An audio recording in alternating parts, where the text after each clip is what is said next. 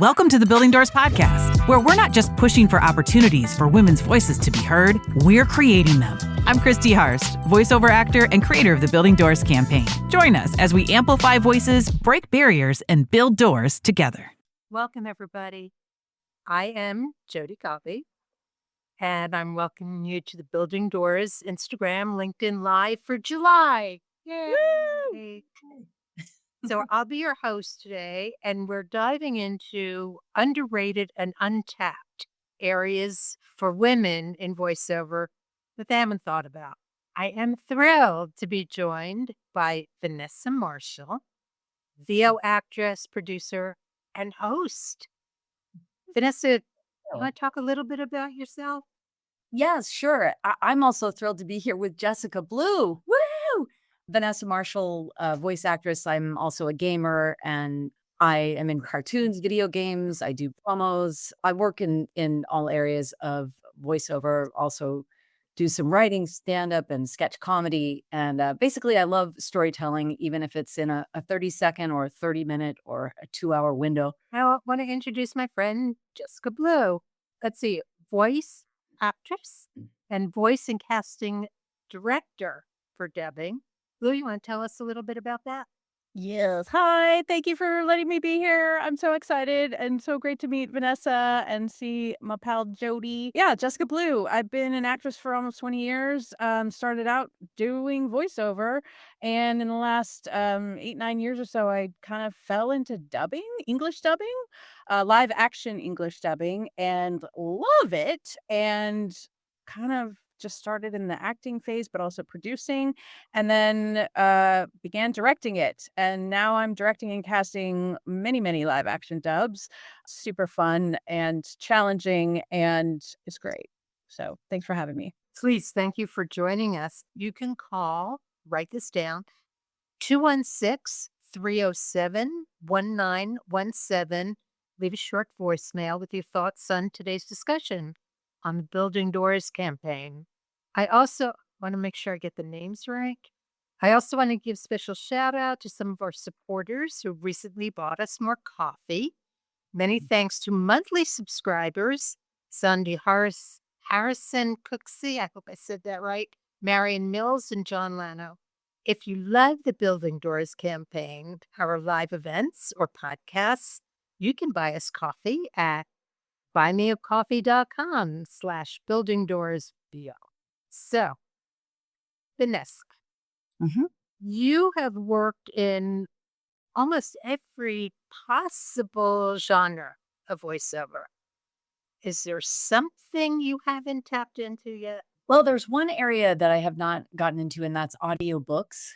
And I have so much respect for people who do the audiobooks. It's very labor intensive in terms of engineering, and I'm very comfortable engineering. I love engineering, and yet it's just I've taken a lot of audiobook classes, and I've learned a lot about that, but I've never actually worked in that area. But again, as I said, I love storytelling. I grew up in the theater, and I feel that there's just something so sacred about that storytelling, and audiobooks would be a natural extension of that passion. But it just hasn't quite happened yet. And not necessarily because there are doors that need to be built. I know there are many prolific women who excel in that, and I applaud them. But anyway, yeah, so that's one area that's yet to be discovered.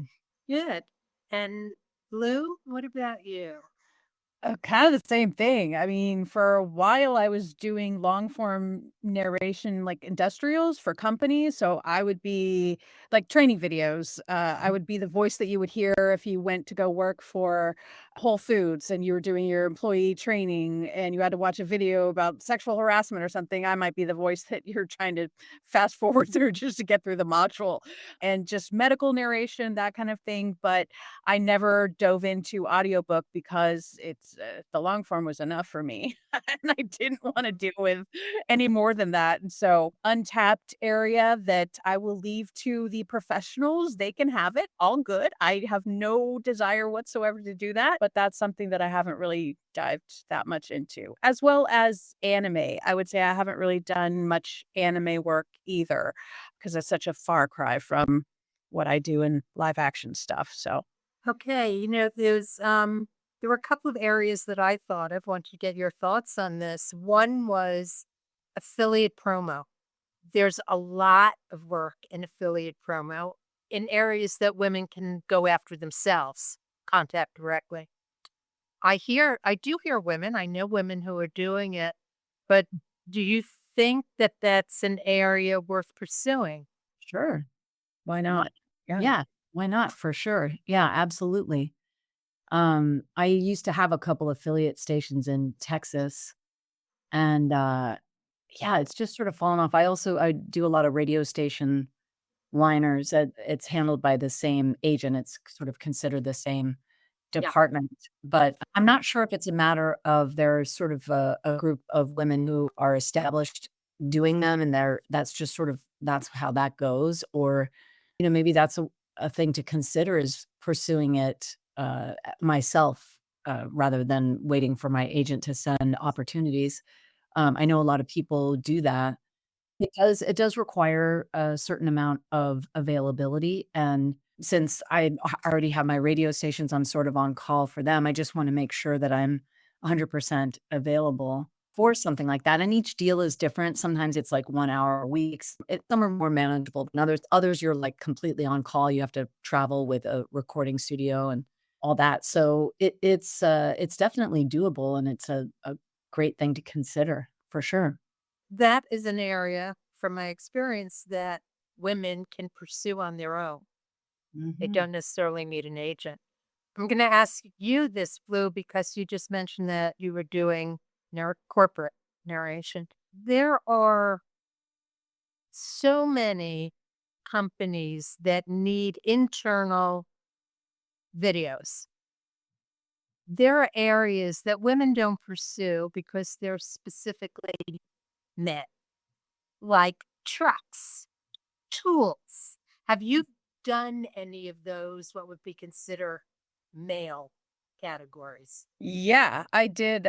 What was it? John Deere tractors.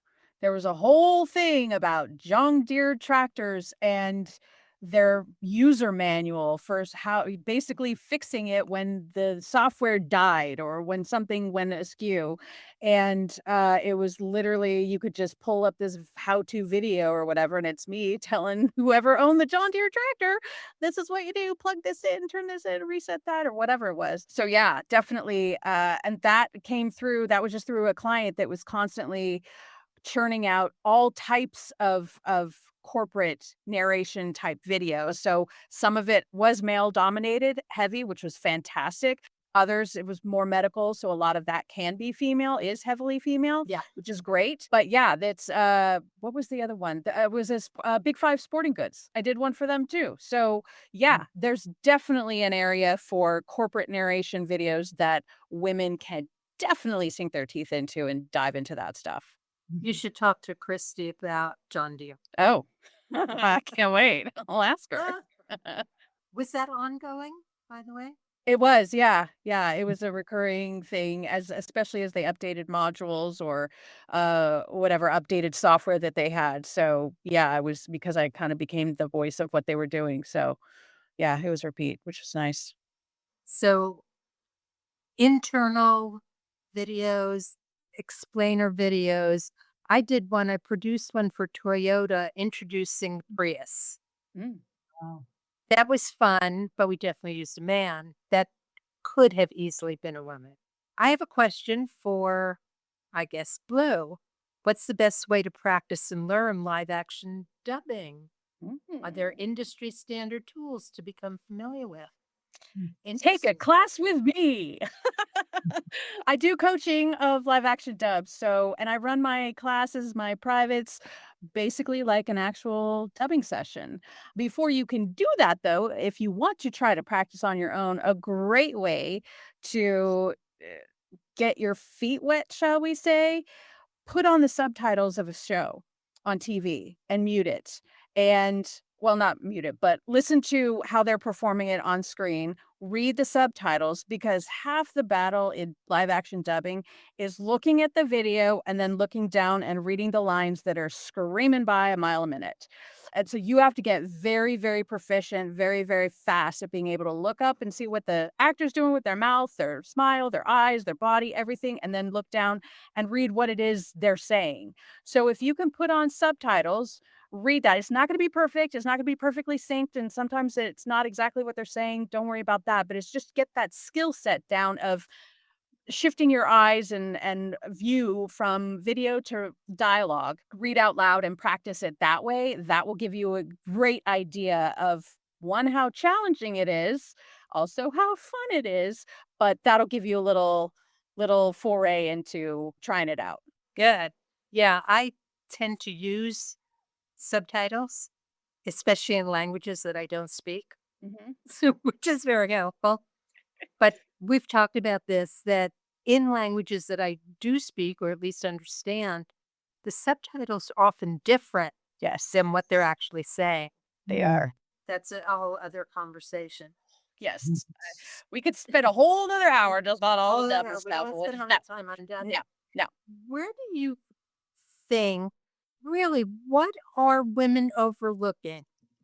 We're talking about male dominated industrials. We're talking about maybe audiobooks, although a lot of women are doing audiobooks. We're talking about affiliate program. Have you given any thought to an area that women can pursue on their own, but they're just not thinking of it? I feel like one area might be political. I feel like that can also be somewhat heavily male dominated. And there's a few that are sprinkled in there because maybe if it's a female candidate, they'll have a female VO. But maybe why not have a female VO on a male candidate? Because you got both female and male voters. So why not tap into that? So that might be an area that is a little underutilized, perhaps. I have a client who makes a fortune doing political. So, one, Nice. Nice. um, I also, I do a lot of audition coaching, and during certain times of the year, that's almost all I'm doing, mostly with women. Oh, good. Oh, great. So Fantastic. we're seeing more of that.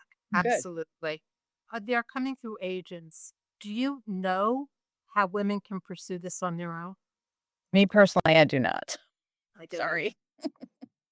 Well, another area that I thought of was a movie trailer. Oftentimes, it's kind of a catch-22 because it's a female-centered film. They don't want a woman to announce it because it's way too much estrogen. No, we need a guy to anchor it. It's just too much estrogen. And then if it's, a male-driven thing, they need a guy to kind of guide the other guys. And women, I feel like we are not always trusted to carry the narrative for the viewer, the listener. And it's very rare that there are women who work in movie trailers. And I know a number of men have started their voiceover careers by working at a production house where they create the trailers and they scratch those trailers. And then the producer gets used to hearing the scratch, and that's how their career is born. So a way that perhaps women could look into pursuing that kind of work on their own would be to look up some of the production houses that are making movie trailers and send perhaps their demo, their website, saying, I'd be more than happy to scratch these things for you. Let me know if there's anything that you might want to try a female voice on. Maybe that's one way. I don't have a lot of experience with the political ads. I tend to not do either which way. I just sort of stay out of that genre. But I'm not, perhaps contacting, if it's a political issue that you care about, perhaps contact whomever that figure is and offer services in that way. That's interesting you say that. Do you, either of you, feel that there's a danger in doing politicals? I don't know about danger. That's a strong word, but I do think you cannot win either way. I mean, you can win, obviously, if you're true to yourself and the sound of your voice is associated with something that triggers the person who could hire you for your next job. Something like that is hard for them to unhear. Yeah. And I feel like it creates a bias that may diminish your talent in the future. in someone's ears because of their bias. And I try to do things politically that are constructive, that don't hinder me possibly in this particular world. I don't know, Jessica, how do you feel about it? I totally agree with that. I think it depends on who the listener is, who it might trigger, and how neutral or open they could be, and knowing that this is just for this, and it doesn't mean that you believe that or whatever. So yeah, I think you kind of have to be careful a little bit, depending on where your stance is and what you want to do, and kind of have that in the back of your head as to, yeah, is this something that's going to maybe shoot me in the foot down the road, or I'm gonna stand by this and I don't care what happens and just do what I do because I believe in this. It's a Yeah. personal choice. Yeah, I think it's certainly a personal choice. But yeah, there's some, I know this one client who makes a fortune during politicals. She has trouble booking anything else because people who hear the demo, if they don't agree with that position, you're not going to hire it. That's why I use the word danger. The thing is, if again, if it's something that you care about, if they're paying you 50 cents to have your career diminished ultimately in ways that you don't even know yet, for 50 cents, you gotta do the cost balance. If they're offering you like $10 million, Ah, maybe, you know, maybe you can lower your we all voice. have a price. I don't know. I mean, no, but what I would say is that you have to weigh, like, maybe the voice that you use for that campaign is nothing that you actually sound like in everyday life, or you know what I mean? Like, you've got to strategize, like, what is worth it? Because we live in a time where these things are so volatile. It's a very nuanced area, and it could blow up on social media. And I'm not saying be silent and don't be true to yourself. Play full out. I'm not saying that in the least, because equally, as much as you can alienate people, you may have some listeners who are like, "Oh, I want to hire her for everything." So that's why I'm saying is like you just don't know what You don't you know. can't- You don't know. I personally feel that it's better to be strategic about those things, but I don't judge anyone who does any version of them. I mean, it is what it is, but I do feel that I think maybe danger is the right word. Yeah. And I Yeah. mean, at the end of the day too, you cannot please everybody. And honestly, you just have to be true to yourself and Left do what you're gonna do. Absolutely. Absolutely. Blue, I have a question, but I'm not it's not quite formulating in my head. When you're casting for a role in dubbing, is there any opportunity to cast the opposite gender? Not usually. For instance, in crowd scenes? Not usually, because we're pretty true to the original cast. Because especially live action dubbing, it's very authentic, it's grounded, unlike animation or anime where it could be crazy, kooky, whatever, and you can have guys doing girls and girls doing guys and whatever. And because it's animated, it could be whatever. It could be a mailbox, and that could be either gender. Live action dubbing, we see the actual person on screen. Right. So we want to put a voice. More importantly, I have to believe that the voice coming out of that face, I believe it. So I need to, if it's more of a male sounding voice, I need to have a male sounding voice coming out of that face or whatever. So it just depends on who the character is. But more often I would say no, I can't. But Mhm. possibly for anime. Yeah, definitely. Possibly. I would say, yeah. Okay. What do you think is the best way for women to go about pursuing some of these other areas, either with an agent or what if they don't have an agent? Especially things like we were talking about before, corporate internals, corporate e- learning, or whatever.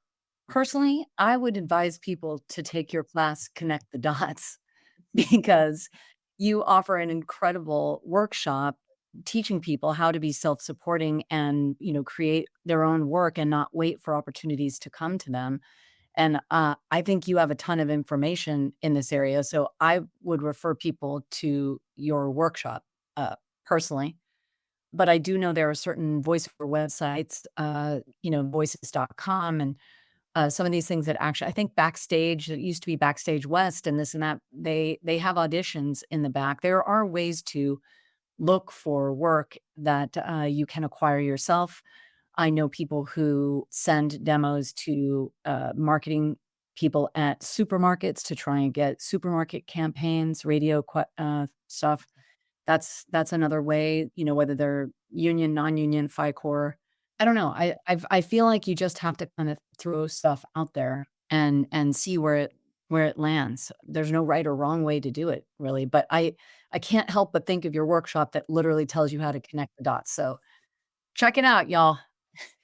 Okay, Blue, do you have any insight into best way to, besides my brilliant workshop, to build a client list? Yeah. Even Two things I would say, and maybe you cover this in your connected dots. I don't know, so I don't want to step on your toes. But go for it. one way, obviously, Google is your best friend. Go search for, look around your house and what products are you using or what companies make those products, and go search those companies and look at their marketing department and see if you can find a name of someone that might be head of their marketing for commercials or campaigns or whatever, and see if you can't reach out to them that way. The other way is don't be shy about being social with your friend group and family and talk to them and always say, "Hey, I do voiceover. Oh, I do this, I do that," because you never know what friend might work with a company that is looking for a voiceover, and Mhm. you might be the perfect voice for that. So it's kind of like never dull your light, never dim your light. Always talk about it because you never know who's listening.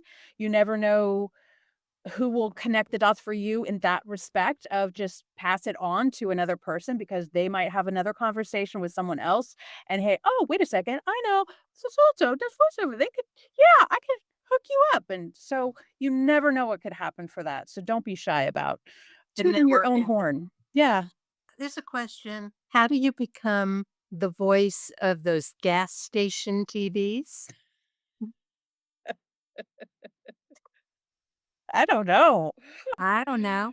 Or I don't even know how they're produced. Are they produced or the supermarket spots? I always Those are thought produced by uh, the agencies. I always thought the same thing at the movie theater. All those commercials that you see in the theater or the little VO ads in the movie theaters, you're waiting for the movie to start. I always thought, "How do I get in with that?" But again, you can see who produced whatever vignette or something, and you can write it down or put a note in your phone and then go and check them out later on doing a little Google search. I Look at know. production companies Mhm. and see what they're producing. Yeah. At least when I was the voice of Safeway, that the in-store stuff was recorded at the time of the TV and radio commercials. So oftentimes they keep the brand synonymous. Yeah, the Chevron TV, for example, I believe that's created by the ad agency that does their whole Mm. vibe and marketing. So again, it might, if you see that there are TVs on in a certain gas station, it might be worthwhile to look up their marketing department and say, I was pumping gas and, I don't know. But again, it's just sort of being creative about it. Take the risk. What's the worst that can happen? Yeah. What do you got to And lose? and and try to find out, like, supermarkets use advertising agencies. Find out who the agency is. Oh, I just thought of another idea too, is there's a website called iSpot TV where they have all of the commercials that ever air on television. So you could find a brand and plug in, I don't know, Clorox or whatever, and see who the company is, who produced that commercial, who the ad agency. I think they list all of the players in there. So that might be another little source to That's a find that's a out good idea. how to connect with people.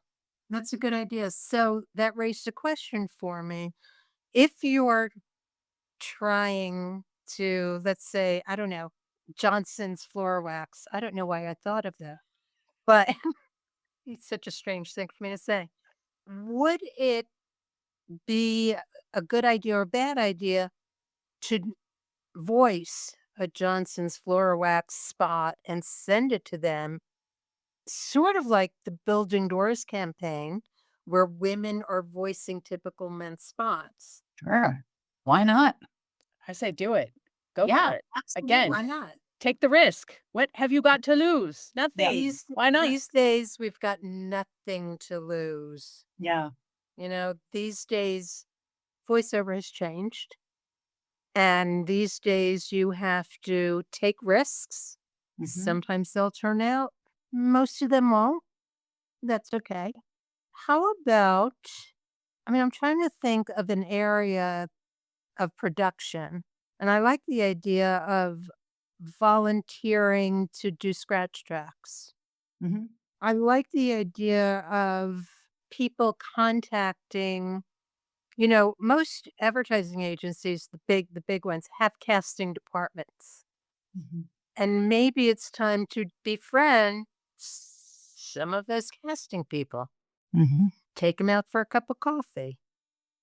Have a quick Zoom. Find out what they look for instead of saying, hey, I'm a voiceover actress. Use me. Mhm. Maybe it's, hey, what are you looking for? Oh, you need a graphic designer? I happen to know one. Be Mhm. that person. Yep. I'm thinking in terms of agencies, but I think that's also true especially with corporate internals. Yeah. Have either of you done anything like that? Like just introduce people that you get no direct benefit from All day. all day, right? Yeah, definitely. Yeah, all day. I mean, if you can't be helpful, what are you doing? Mhm. Like, Right. I mean, really, honestly, I'm always introducing people, depending on what area it is, trying to connect people because you never know what gift is gonna mean the world to someone. Like you said, if you have a family friend who doesn't, you don't even know what voiceover they're looking for a voice, and there you are. I feel like there's something about the synchronicity of that, the possibility of that I think when we pay things forward, it comes back to us, and that's not the reason to do it, but I always think about the critical role folks who've had so much success. They didn't get that success by sitting around and masterminding it and twisting themselves into pretzels to achieve it. They did it by pursuing fun. And I feel like equally, if we're pursuing kindness, if we're pursuing generosity of spirit, of doing the right thing, I see here in the chat, Amy Garonimi, they got lots of work doing all kinds of democratic, progressive commercials. It leads to things like if we care about things and we care about people, you know, no one can tell you don't do that. It'll harm you. We've got to pursue things, with benevolence and joy, and I feel like success follows from that, you know? Women go about pursuing things differently than men do. Mm. Men will charge into a room and demand attention. Women kind of creep in. It's like, are you busy? What do you think is the best way for women to take control of the situation with kindness and generosity and all of that without apologizing for being a woman? Hmm. Stand-up comedy is really helpful because I think stand-up comedians reflect the culture back to us, right? They tell us the truth of what they see. We may not agree with it, but we respect their integrity. I've always found approaching things in a similar fashion is helpful. Again, it's sort of that pursuing joy, but having a point of view without apology that isn't caustic, but full of one's perspective, I think garners respect down the line, no matter what that worldview is. And so, I've always said, and I mentor a lot of women, and I tell them to own their power. And in owning our power, we find our voice. And in finding our voice, that authenticity leads to almost a bulletproof level of self confidence that we can do anything, any genre is available to us. And so, again, I think it really does start from knowing who we are, what we bring to the party. Now, this has not always been the case. A lot has changed, at least since I've been in the industry. I remember when I first started, there were polls that were taken.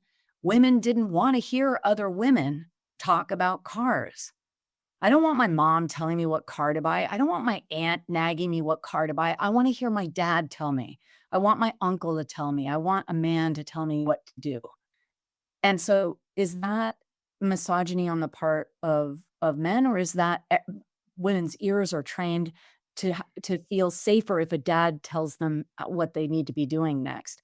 So it's almost unfair to say that, these areas are not available to women because men are so terrible, or, and, we must include all gender identification here as well. I think a lot of times we're taught what we are most comfortable hearing. I think even women need to open their ears to consider, our unity as opposed to our conflict.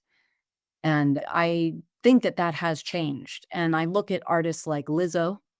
When I was coming up, I was told incessantly that I was too fat to be successful on camera. And Lizzo is obviously, losing weight or whatever. I tend to believe my soul is weightless, so it's immaterial. But I'm saying, like, even those restrictions are put on women of sort of what we need to look like, what we need to sound like.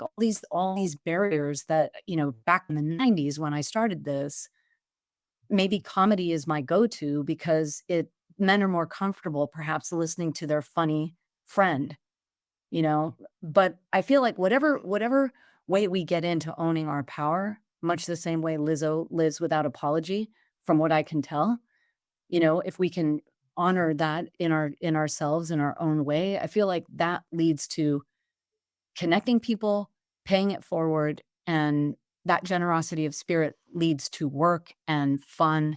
And, if you look at the mega success that I just said, my friends who created Critical Role, it was born out of their love for each other. So, when I teach students, I ask them to discover what it is they love and to pursue that passionately, and that everything else follows from it. Anyway, those are my thoughts on the subject.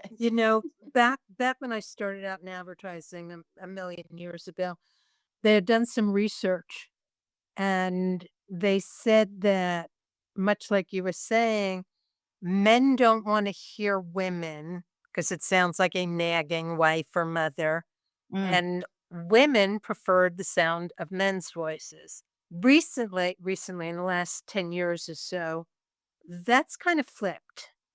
mhm, Research shows that women prefer taking advice from women. They're tired of the mansplaining. mhm. And men, especially younger men, like listening to women. So generationally, it's changed. How would you suggest somebody approach that? It would be helpful to have research, but that's not always available. So, Lou, what would you advise women to do when they're challenged by that kind of thinking? What do you mean? What kind of thinking Thinking specifically? of, men want to hear men, old school thinking. Old school thinking. Ooh, that's a good question. I don't know. I feel like it's a matter of knowing that your voice is just as valuable as theirs. And why would you not want to hear it? Mhm. Female voices deserve to be heard. So when you are breaking down that door and getting into that room with a bunch of men around the table or whatever it is, you earned that spot. You did the work. You've got the experience under your belt, and you might not think like, "Oh my gosh, I'm actually here." What and be a little nervous about it, but at the same time, no, you deserve to be there. You did what you gotta do to bust that wall down, bust that door down, and get inside that room. So own it, as Vanessa said, own your power and know that you're worthy of being there. You deserve to be there, and your voice deserves to be heard because you've done the work and you have a value to add to whatever the discussion, whatever that topic is. So you have a point of view that you can share with whoever is there in the room. And you never know, you might actually change someone's mind or open up their mind once you start that dialogue and have that conversation with them. So I think it's just a matter of again, it comes back to we keep coming back to risk taking. Just take that leap, Take take the the risk. risk. Because again, at that point, you have nothing to do. Lose because you're already in the room. You're already there. You've already made it at that point. So why not just let it go? You Get it know, out. Google is very helpful if you can gather some research about men versus women Mhm. and the attitudes about it. Then when you're in the room and some man says, no, a man should do this, I have found when that happens, the easiest question to fluster them is why? Mhm. They Yeah. never, whenever somebody just takes the stand on anything, not necessarily casting for voices, but anything, and you say why. Mhm. So many times they can't answer that simple question. So yes, what you said with the addition, I'm going to add the additional Yeah. line is why. Absolutely. It'll be especially if you have some numbers, Mhm. you know, but not necessarily. Sometimes just asking the question. Is there anything that you want to finish up, advise people, suggest to people, ask people? Do we have any stories of a voiceover by a woman being replaced by a man? I had that exact experience. Ellen DeGeneres used to have a talk show, and I launched it. And, you would think it would be a celebration of feminine energy and this and that, but ultimately they said, kind of like what I was saying before, they said, "Oh, no, we need a guy to balance it out. It's just way too much chick energy," and they ended up using a guy instead. And, But Vanessa, I have to interrupt you here and say Mhm. I've had personal experience that's also gone the other way. Great. They asked me about my personal experience with that Yeah. specifically, so I have experienced it and thought, "Oh, well, at least I got to do it for a month and launch the campaign successfully." Mm. But it does happen, and, you know, the next opportunity. Yeah, replacements happen all the time. Mhm. And it can be a man replacing you. It can be the other way. It could be a man replacing a man, a woman replacing a woman. There, Mhm. as a producer, I got to tell you, there are a million reasons why we replace a voice. Mhm. I've been Yeah. cut out of stuff, left on the cutting room floor, so there's that. Yeah, I mean, that is the nature of the beast. Mhm. Well, I will But say it was a risk for them to put a female voice on a talk show, and I was grateful to have been a part of that no matter how long it lasted. So I took that as a win. Yeah. absolutely, absolutely. You've had a lot of wins, a lot. Yeah, well, we're all trying to help each other, lift each other up. One thing I will say about the voiceover community, and this has been my experience, and maybe other people feel otherwise, but I don't feel like there are a lot of haters here. I feel like every single person, male, female, non-binary, anyone has had a life experience that imbues their voice with a certain quality, and there is no competition, and everyone deserves to be heard. And I feel like, not everyone is willing to do all the stuff that we have to do, create a commercial demo, an animation demo, a promo demo, a movie trailer. I mean, it's just endless work. But if you enjoy that, go for it. But every single voice is unique and important and vital, and representation matters. And so I just really, really encourage anyone listening who might have any sort of negative self-talk in their head to really encourage them that they matter, that their voice deserves to be heard. And if they're willing to put in the work, it leads to great things. And, Yeah. we're I all want here and love you and welcome you. Yeah. I just thought of something, like your comments on it. What about women in sports? That's fun. I did a demo for that specifically. I was the voice of the X Games, and I'm a huge sports nerd. I box, I like hockey. I basically I used to beat up boys. No offense, but yeah, I'm a little rugged. I'm a little rugged. And yeah, so Tomboy here. well, let's go. So so and I used to play football with the boys, and I cut my chin open one time. Not TMI, but just my dad had to break it to me that there are no female football players. That was like the hardest day for me on earth, but whatever. Anyway, yes, I highly recommend that women carve out that space. I think with all the female athletes that are so prolific, and we just had the ESPY Awards with, Simone Biles was on. There's so many incredible strong females that are excelling in that area that there is a place for us. And, I've done soccer stuff, I've done NFL stuff, like I said, the X Games, but go for it. Create that demo and send it. Yeah. Let's do this. They're very open to it. So anyway. We Yeah, are and also hearing, look yeah, at other sports too, not just the big named ones, football, basketball, whatever, but volleyball. Maybe there's a volleyball tournament or pickleball nowadays, right? Pickleball's huge, huge. huge, Maybe they needed an huge. announcer or something for a pickleball game. You don't know. And Or there's the also cheerleading contests. ESPN, cheerleading. I Yes. swear, ESPN runs that.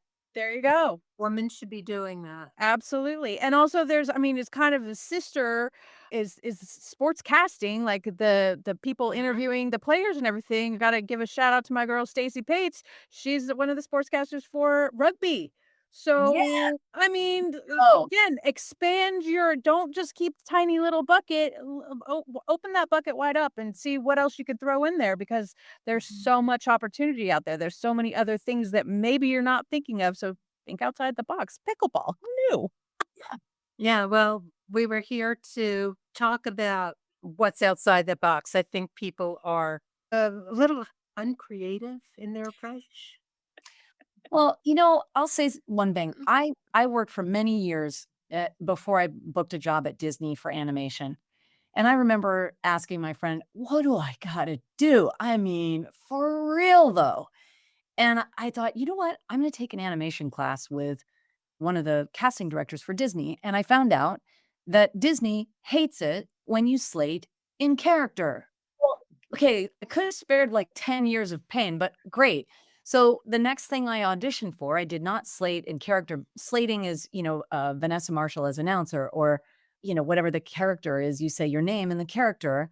And I had been taught by other people to say Vanessa Marshall as a whole, but they cannot stand that. They also want to know your range. I ended up booking a part in a Star Wars cartoon with that same person after taking the class. So Jody teaches, Jessica teaches. I'm on Skills Hub and I try to help as much as I can, but these two are like far more experienced in that. And I often refer everyone to Jody because she has helped me so much.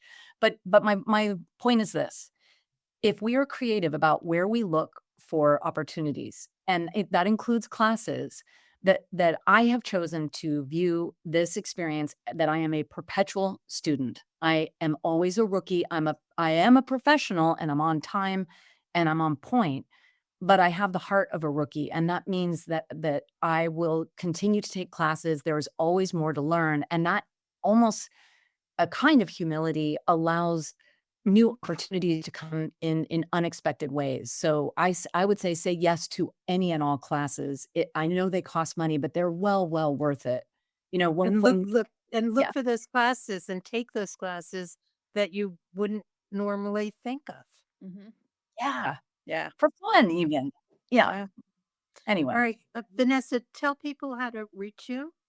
Easiest way to find me is my website, vanessamarshall.com. There you'll find all my socials and all the events that I'm doing and all the things that I'm up to. I'll say really quickly, I'm doing a podcast on iHeartRadio with the Star Wars Rebels. Yes, I was on Star Wars Rebels as the voice of Harrison Dula. And we're doing a Star Wars Rebels rewatch with Tia Surkard, Taylor Gray, and myself. And we have all sorts of different guests from across various medium, and we talk about the story and the value of story and chosen family. And it's just been such a lovely experience. It's called Pod of Rebellion. That's also on my website, but I invite you to come join us. It's a really fun hang. So, and I'm honored to have been here today. And I just want to say thank you, Jody. Thank you, Christy. Thank you, Jessica. And thank you to everyone who showed up and Thank, listened. Thanks. thank Right. you for joining us. Blue, how do people reach you? Same website, jessicablue.com. Same thing. All my socials are there. Link to my schedule so you can schedule a private or a class with me. I don't have any classes yet right now on my schedule because I'm currently in production on a show. And speaking of which, if you want to watch some live action dub, the last 2 shows that I did, I have not posted about them because I've been like boom, boom, boom, one after the other. But go to Amazon Prime, look up Divorce Insurance and Ooh, or Good Boy. 2 Nice. awesome shows, series, so much fun. Great. They both turned out fantastic. what are I the shot myself. original languages? Both Korean. They're What? fantastic. Yes. Dude. Korean. Love it. They're really, really good. So, yeah. And you can reach me at jodygottliebvo.com. Let me stick this Wonderful. down. So hang with me. I have to do some business here. Wait, Jody, before you do that, can they find out about connecting the dots at your website? No, Oh, how do they email find me. out? Oh, No, email email you. me and I will send you information or put Thank you on the list. Okay. Thank you for listening. Thank you. Thank you both. Thank you both. Both of you, when I asked you to do this, didn't even finish the sentence. Yes. Thank you so much for that. I really appreciate that. If you want to support Building Doors, buy us a coffee. Go to buymeacoffee.com/buildingdoorsvo to donate. Want to become a 2026 door builder and revoice a spot originally voiced by a man featured in the campaign? Submissions will be open, write this down, September 10 through 24. Make sure to look for how to submit via our social media channels. Okay, there's a phone number here. Keep the conversation going. Call 216-307-1917 anytime to leave us a short voicemail and your thoughts on today's discussion. We'd love to hear from you. Coming up next, don't mix our next live event, LinkedIn Live with Natasha Marchuka. I hope I said that right. Topic, LinkedIn Challenge. That's August 13th at noon Eastern on LinkedIn. Did I leave anything out? Nope. Okay, thank you all for coming. Thank you both for eye-opening conversation. I learned from you both. Appreciate you doing this, and we'll be tapping you again. Lovely. Thank you for having me. Thank you. Thank you. Thanks for listening to the Building Doors podcast. Want to hear more? Check out all our episodes at buildingdoorsvo.com/podcast and follow us on Instagram and LinkedIn at Building Doors VO. We'd love to hear from you, so call us on our 24/7 hotline at 216-307-1917 and leave us a voicemail with your thoughts. Do you want to support the podcast? Well, we love coffee. Buy us a cup through the link in the description or at buildingdoorsvo.com. Until next time, keep pushing forward, keep speaking up, and let's keep building doors together.